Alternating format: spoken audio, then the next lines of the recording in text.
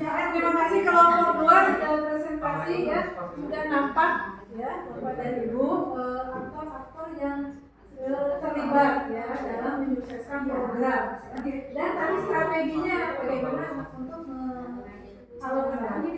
Terima kasih, ini diskusi yang bagus ya, saling melengkapi ketiga-tiganya sudah menentukan siapa saja nih nanti aktor yang terlibat dalam program itu.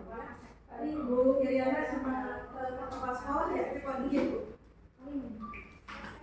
Lanjutnya kelompok 3 Bu Dian, bagaimana ini lanjut? Kelompok 3 siapa? Siapa ya? Oh iya. Satu orang saja ya? Satu orang dari namanya. Satu orang Ibu Bapak, bagian ya. Satu orang kita aja satu kelompok. Satu orang. Ya, satu orang. Kalau tiga-tiganya berarti dibagi. Lima bagi. Biar adil Bu. Ayo kita buat baik. Masih sama yang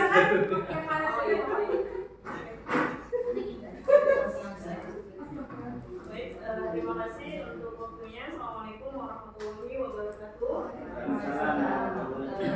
Perkenalkan, saya Siti Jubaida. Saya berasal dari SD Hidayah 101.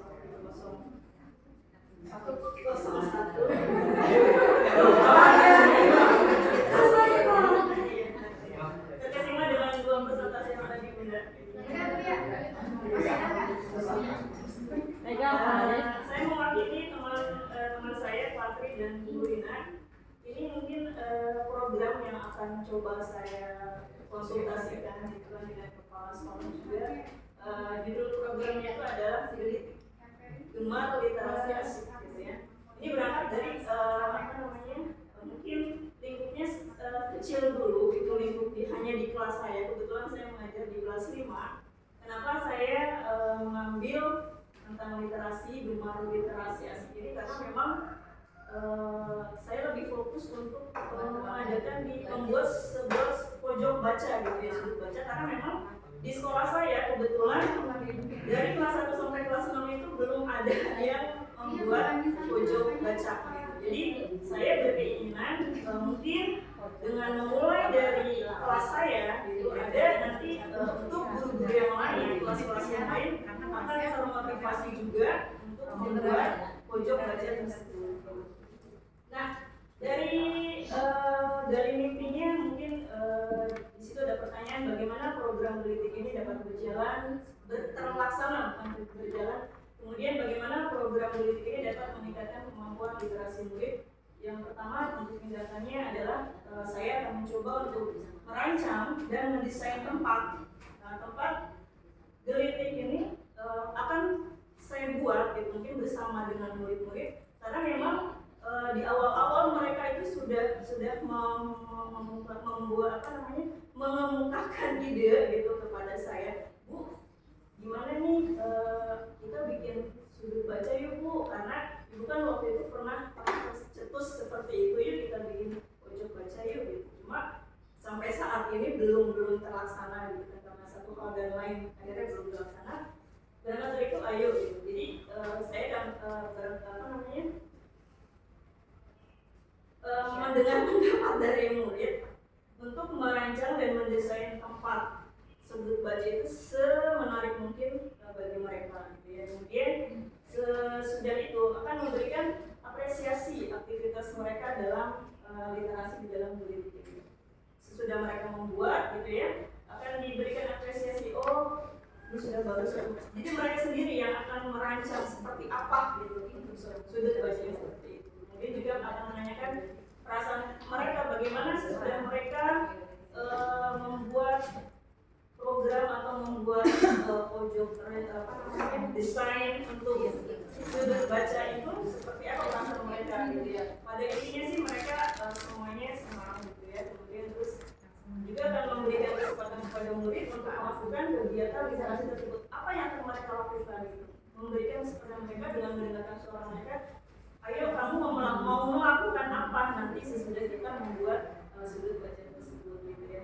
Nah, untuk keterlibatan dalam program saya ini, saya tentunya melibatkan kepala sekolah pasti, kemudian orang tua juga pasti meminta dari partisipasi mereka untuk mendukung program yang akan saya buat, kemudian juga melibatkan ada guru mungkin teman sejawat saya dulu, rekan sejawat saya sesama kelas 5 gitu ya, untuk memberi masukan kepada saya juga, atau mungkin nanti berharapnya program saya pun akan didukung oleh mereka gitu.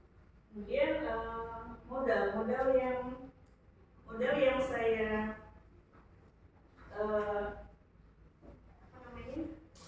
diadakan itu modal manusia, kemudian fisik, ruang kelas dan perpustakaan.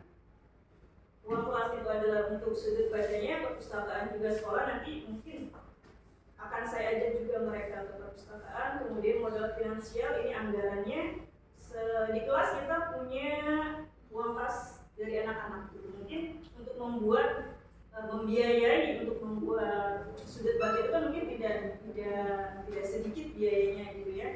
Nanti karena kita dari awal masuk sudah punya uang kas, setiap Senin kita mengumpulkan uang kas, alhamdulillah sampai sekarang pun uang kasnya sudah banyak gitu ya. Yaitu itu yang akan kita pakai untuk membuat desain sudut baca.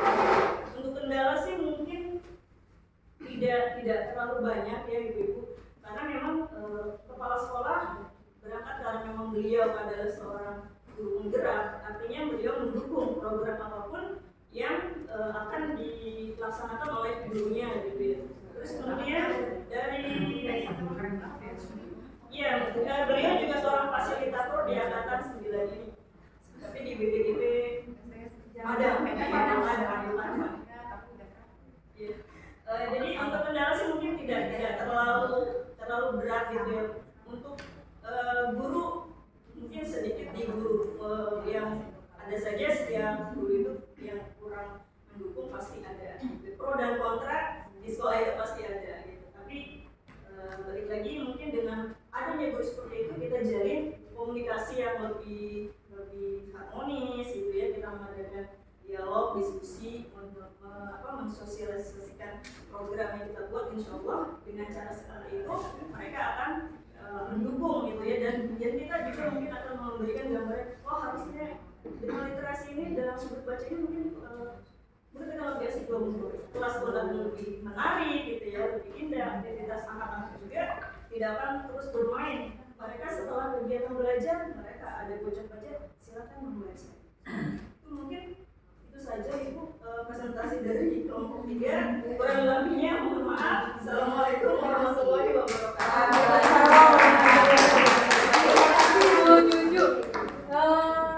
Pak saya ini sekali membuat akronim ya.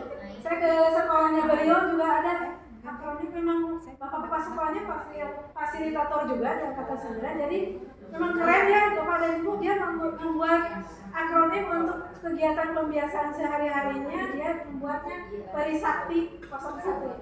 Perisaktiku. Bagus, keren. Semoga programnya terus berlanjut ya. Kelompok 4 pakai nggak? Nggak. Kelompok 5 pakai? Nggak. Assalamualaikum warahmatullahi wabarakatuh. Sebelumnya mohon maaf kita tidak menggunakan itu karena terlalu jauh dan kita tidak menyiapkannya juga. Itu alasannya. Sebetulnya utamanya itu. Ya, jadi untuk saya memiliki program yang dinamakan dengan Boom Boom. Boom Kak, sesuai. Dan kegiatannya pertama itu belajar untuk memulai bermain dan bermain untuk memulai belajar. Yang nama saya namakan itu karena dalam bermain aja kita harus belajar dulu tentang aturannya. Ya, jadi anak akan terbiasa dengan aturan-aturan dalam setiap kegiatannya. Jadi mereka nggak akan kaget kalau ada aturan yang akan berlaku. Jadi ini sudah saya terapkan dalam pelajaran saya. Kebetulan saya mengajar olahraga. Jadi mungkin kalau zaman Bapak Ibu sekolah pemanasannya biasanya ngapain? Lari. Geleng-geleng. Ya, mungkin ibu lagi PMS, suruh lari, malas banget. semangat ini gitu. Jadi saya merubah menjadi sebuah permainan, ya permainan yang bisa saya modifikasi dengan berbagai macam permainan, entah main kejar-kejaran, tangkap-tangkapan dan lain-lainnya. Karena dengan dibuat permainan, anak yang tadinya malas lari, ya bayangkan ibu kalau lagi jalan kan malas lari nih, ada anjing yang ngejar, mau nggak mau kan Kepaksa. terpaksa untuk berlari. Ya saya menganalogikan seperti itu. Ketika ada teman yang ngejar, mau nggak mau daripada dia yang jaga, dia harus ikut berlari. Nah, selain itu juga ketika kita mengajak anak bermain terlebih dahulu, kedekatan kita dengan anak itu menjadi lebih baik atau lebih dekat. Ya, jadi anak akan lebih antusias untuk menerima pembelajaran selanjutnya. Nah, kegiatan seperti ini saya berharap bisa saya tularkan kepada guru-guru yang lain. Karena ya mohon maaf saya masih menemukan bapak ibu guru yang datang ke kelas, masuk buka halaman sekian, kerjakan tugas, keluar lagi. Seperti itu. Jadi anak bahkan sampai ada anak yang bilang ketika jam kosong kamu pelajaran siapa? Pak ini misalnya, Pak ini, kenapa nggak dipanggil? Jangan Pak, kepada dikasih tugas nanti biarin aja kosong. Gitu. Jadi untuk menularkan hal seperti itu. Nah mungkin mengenai gali mimpinya, aktor yang terlibat yang pasti saya akan berkomunikasi dengan kepala sekolah sebagai pimpinan, terus juga dengan wakil kurikulum bagaimana supaya bisa membantu atau menggerakkan guru-guru yang lain juga untuk ya sebelum memulai belajar entah melakukan ice breaking seperti yang tadi Ibu Irena Widodo melakukan. Ya jadi kembali lagi supaya kedekatan antara guru dan siswa itu terjadi lebih dekat, karena di sekolah saya pun latar belakang keluarga siswanya mayoritas dari keluarga yang broken, jadi mereka tinggal hanya bersama nenek ataupun kakek, entah orang tuanya kerja di mana atau pisah dan lain-lain. Jadi sebenarnya kedekatan mereka dengan guru itu sangat diperhatikan. Gitu. Mungkin kendalanya yang saya hadapi ya kembali lagi nanti akan menemukan dengan berbagai macam rekan guru yang mungkin akan terbentur atas pangkat dan golongan dan usia biasanya, yang dengan terutama dengan guru-guru senior yang mungkin udah malas bermain. Ya, mungkin kalau kayak yang kemarin video call kelompok saya mengasih catatan kita tidak akan menjadi tua kalau kita terus bermain. Ya, itu dengan kita berhenti bermain kita akan menjadi tua. Mungkin itu saja dari kelompok. Terima kasih. Terima kasih kelompok 4 ya. Sudah jelas ya bagaimana membangun strategi ya aktor pendukung untuk terlibat langsung pada program-program kita. Selanjutnya kelompok 4. 5 yang ini? Ibu, pakai laptop?